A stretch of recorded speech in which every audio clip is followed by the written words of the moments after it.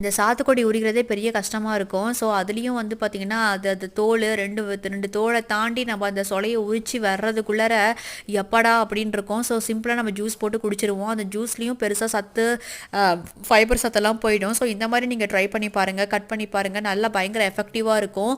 பசங்களுக்கும் வந்து ஈஸியா இருக்கும்.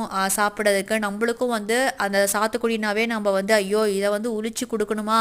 அப்படிங்கிறதெல்லாம் இல்லாம, இந்த டிப்ப வந்து கண்டிப்பா யூஸ் பண்ணி பாருங்க. இது வந்து இவர் வந்து ஏதோ ஒரு ஹோட்டலில் வந்து இந்த மாதிரி பார்த்தாராம். அது வந்து சாப்பிட்றதுக்கும் ஈஸியாக இருந்துச்சு. நீங்கள் வந்து இவர் வந்து உள்ளார அந்த சீடு எடுக்காமல் நாங்கள் வச்சுருக்கோம்.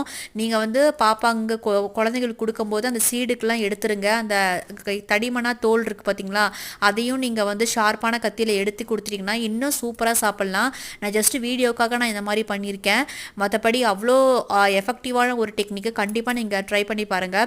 ஸோ நான் இப்படி தான் நம்ம வந்து கடையில் போய் ஜூஸ் போட்டு குடித்தாலும் எல்லா சீடும் வந்து உள்ளார போட்டு பயங்கர கசப்பாக இருக்கும். பட் இது வந்து செம்ம எஃபெக்டிவான மெத்தட். கண்டிப்பாக ட்ரை பண்ணி பாருங்கள். மறக்காமல் அந்த சீடையும் அந்த ஒயிட் கலர் அந்த தோலையும் எடுத்துகிட்டு கொடுங்க. பர்ஃபெக்டாக இருக்கும். ஓகேங்களா? இந்த வீடியோ பிடிச்சினா லைக் பண்ணுங்கள், ஷேர் பண்ணுங்கள், சப்ஸ்கிரைப் பண்ணுங்கள். நன்றி.